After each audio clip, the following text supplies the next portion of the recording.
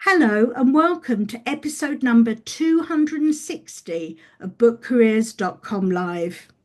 We're going through a major shift in publishing once more at the moment, where people who are losing their jobs are looking for alternative ways to stay within the industry.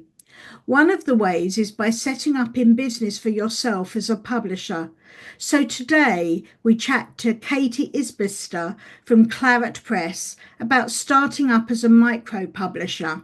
If you're not familiar with Claret Press, it's a traditional award winning publisher. That is, they're not a hybrid or a vanity publisher. Hello, Katie. Thank you for joining us today. Well, thank you for having me, Suzanne.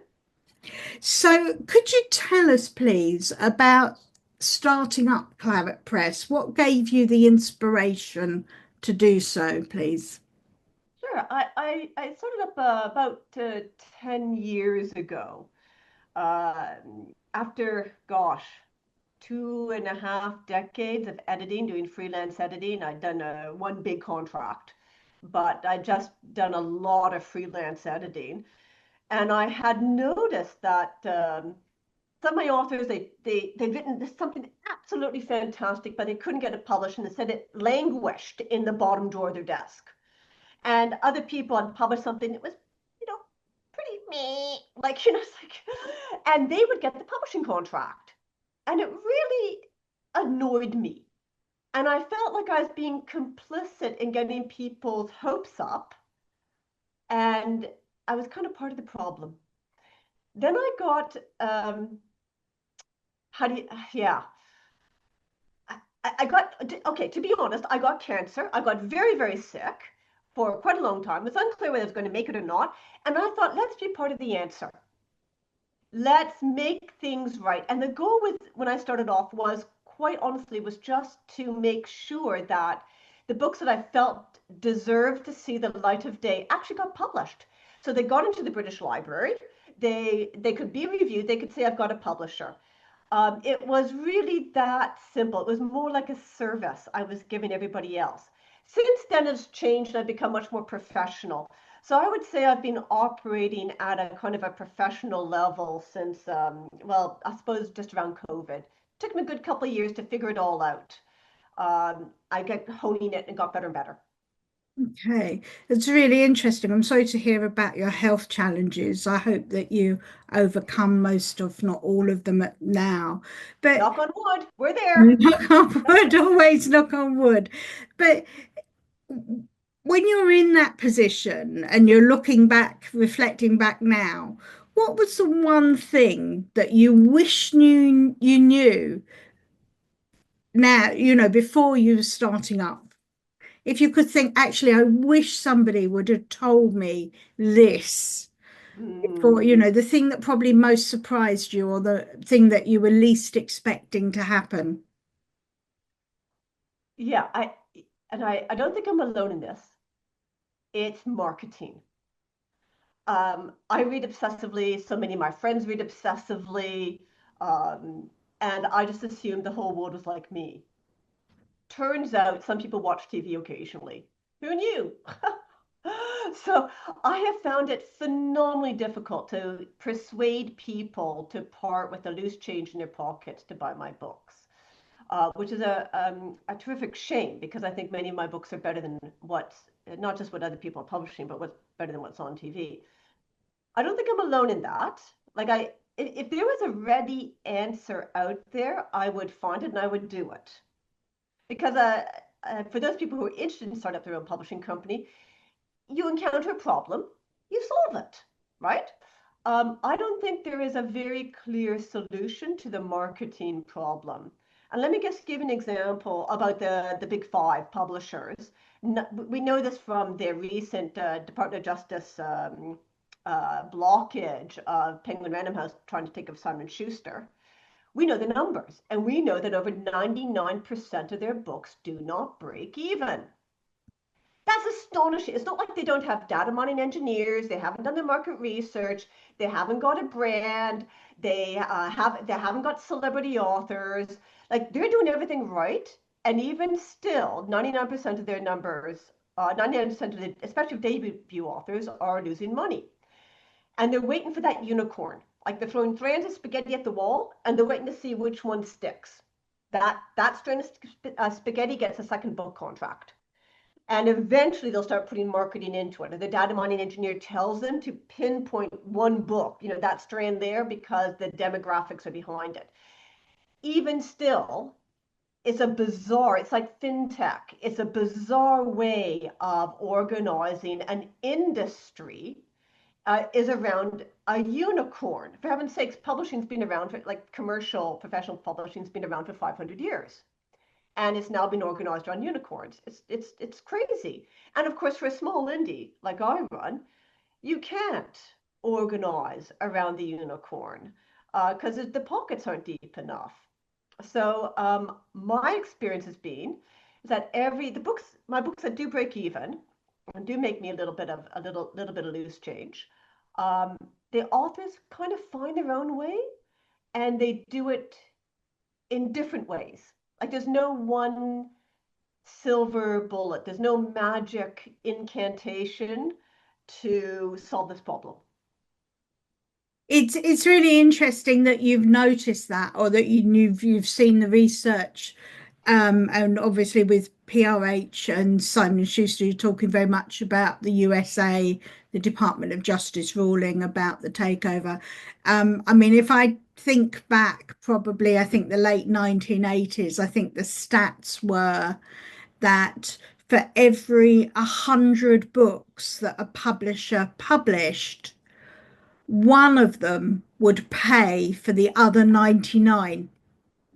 Yeah. And I mean, you're right, it is a shocking statistic. They are shocking statistics.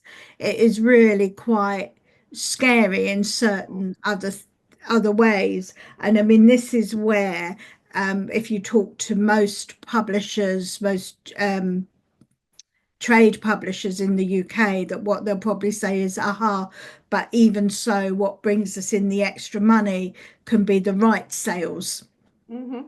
and the licensing, and that could make the some of the difference as well.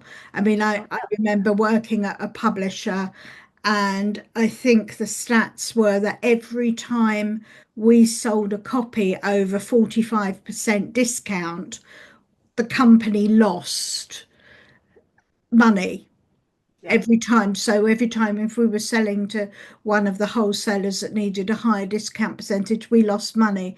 And when I raised this with the managing director, um, the answer was, oh, we've got the right sales coming in. But I'd say, no, this is even if I did the costings and even if I took into account the right sales, you're still losing money every time we sell a copy. And it's just like the madness of the industry in the profit and loss of title by title rather than the whole overview of the list is it is madness. But it's interesting to see that you'd pick that up even from a small publisher perspective. Now, I understand you've just published your book, Secrets of Micro Publishing, to Yeah, help got it. support other people, Yeah, who are in similar situations and looking at setting up their own independent publisher. Could you tell us a bit more about the book, please? sure. I actually kind of now I've got my feet under the table and I'm becoming more productive, and my books are getting shortlisted, longlisted, win the occasional award, etc. I've kind of got, like, I got it, right? Like it's like, okay, I'm in the zone, I'm in the groove, I'm doing it. But it's been an absurdly difficult learning curve. And I felt like kind of throwing my arms up in the air going, why is this information not out there? And I think one of the reasons is because it's unclear what an indie publisher is. For example, Bloomsbury, which published Harry Potter, is an indie publishing company, even though it is at the moment kind of selectively swallowing up other little publishing houses. And at the other end of the spectrum, also indie, is the lady down the street who is publishing gluten-free recipes for herself and her friends, and her teenage daughter's doing vampire romances. And that's that end of the spectrum, and Bloomsbury's at the other end of the spectrum. So you've got these extreme this enormous spectrum of what constitutes indie publishing. So you go on and you start researching it, and you end up with such conflicting information that is really very unhelpful. And you kind of have to learn it through the hard knocks, the school of hard knocks, which is to be it's a little bit uncomfortable. You get a little bit tired of the school of hard knocks. And I thought this should just be easier to do. And this is partially because I'm going to say, I don't think our competition is each other. I don't think our competition, like indie publishers' competitions, are not with other indie publishers. It's with gaming and streaming and Netflix and everything else, going to the pub and having a beer. So if we become better, more efficient, more effective, little small traditional publishers or micro publishers or self-publishers, then we can wean people off of gaming and Netflix and go back to reading as a modus operandi for entertainment or for pleasure.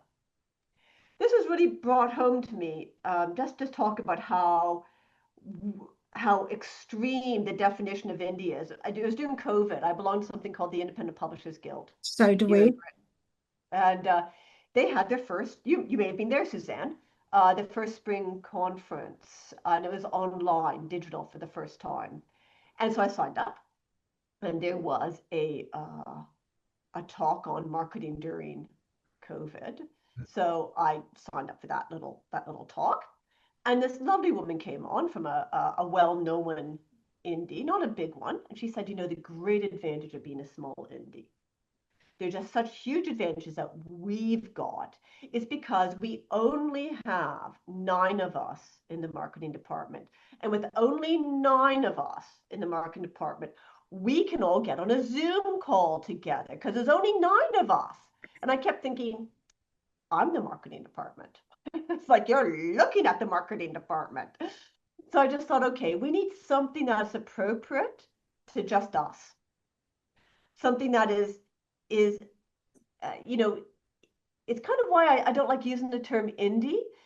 It's something that is, we want to do a good job. We want to publish to a high level, but the reality is we're probably sitting in our pajamas in our bed with our laptop on our laps and the cat beside us. So I wanted something to reflect that.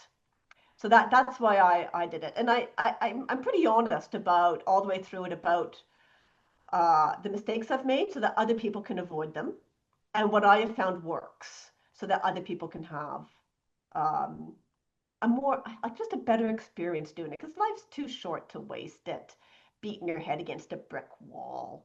So it's to make this a genuine pleasure, because it's so much fun being a publisher. Well, okay, sorry, I kind of exaggerated there. I'm sorry. Let me just dial that one back. So much fun. I understand what you're talking about. It could be so much fun if we weren't spending so much time beating our head against a brick wall. Yeah. So I'm going to help people not beat their head against a brick wall. Yeah. Yeah. I mean, it should be fun. It should be fun. And there are frustrations no matter what size of publisher that you're involved in, and whether you're starting up or whether you're working as an employee for an established publisher. There's frustrations in everything, I mean, there's frustrations here at Book Careers, but we just overcome them, really. Just overcome them. So it's really interesting. There'll be a link to buy copies of Katie's book in the show notes that accompany this episode. Now, we're having ongoing discussions here about how AI is being used in publishing and publishing jobs of the future. Are you able to tell us if you're using AI in any part of your work, whether that's in running the publisher, the office processes and marketing? Are you able to tell us if you're using any AI to support you at all? Okay, I'm going to say 2 things and they're mutually contradictory. Okay, here's the first. I run a small business, which means I get my computer to do a lot of work. By that I mean my accounting, and I actually say this in my book. My son, who's studying engineering at school, he's written a Python code, and I drag and drop all my Excel spreadsheets into it, and my royalties are done like that, like honestly, like that. Royalties are done. Monthly events, done. I don't know if you call that AI. I obviously when I do editing, I do it on Microsoft Word, and I used macros, which is where they tell you you've repeated a word or you've got different spellings and things like that. Very useful. Um, what else do I use AI for? I think that's about it. I will say in terms of real editing, like not spellings, but real thoughtful editing, I have yet to see a computer program or AI that does it as well as I do. In fact, I'm astonished at how utterly crap it is at it. I am now getting novels submitted to me that are AI. Yeah, And I'll think, and like, it'll be like a really good one-page synopsis. I think, yeah, like, and I'll, yeah, send me the completed manuscript. And I'm reading this, I'm thinking, is this, what is this? And I realize it's AI generated. yeah, Uh, I'll get, for things like blurbs on the back of the book, or that catchphrase at the front, or subtitles.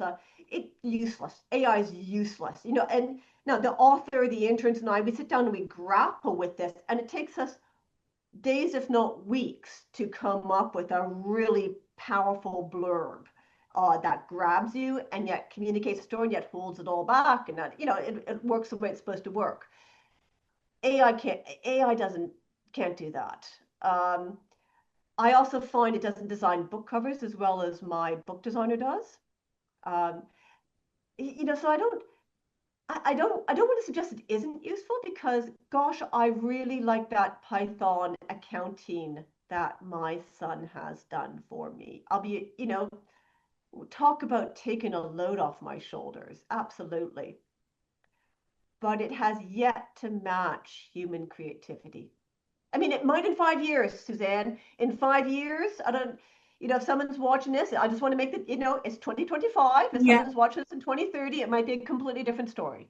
But at yeah, the moment, I'm not worried. yeah. Or it could be, it could go either way. I mean, one thing is we've been using and testing different types of AI here, and also and putting in different commands and things and seeing what's coming out. And what's coming out is it's like, okay, I can clearly see now who is using AI in to write social media posts Yeah, because this is the formula that's coming out on their social media posts, yeah. so it's really interesting to see and hear how you're actually using it. Now, just before I ask you the final question, have you got anything else you wish to add and tell our listeners today? I would say this. I know that you're working with people who are looking to enter the job market in publishing. Just some unsolicited heart-to-heart um, comment on that. Do what you're passionate about.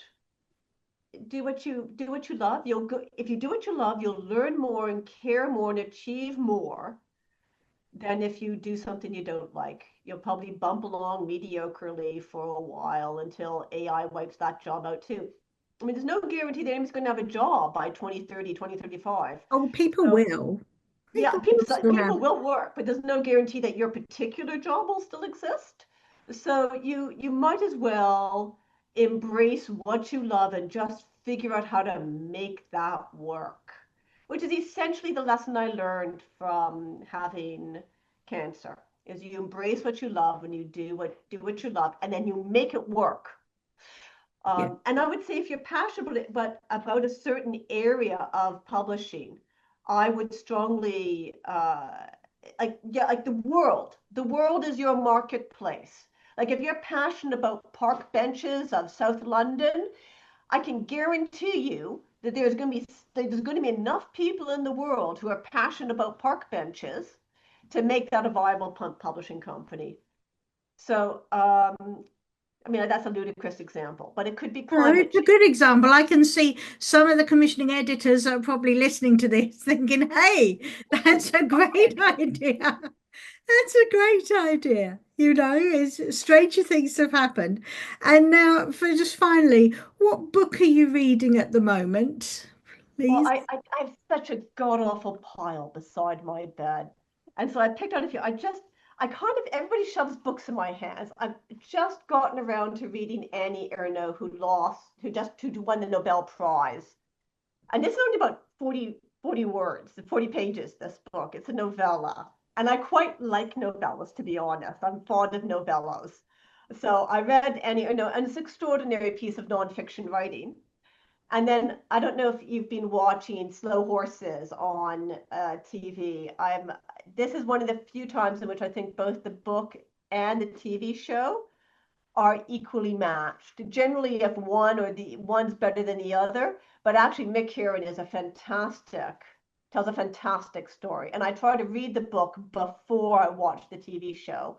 So this is coming out soon. So I'm just started that one, and I'm just starting this one, which someone gave to me, which Yes. is nonfiction. I don't know a thing about it. I can't say yes or no. Oh, But Martin it's a Latham. bookseller's tale about selling books. And someone said, "Okay, you have to read this. It's fantastic."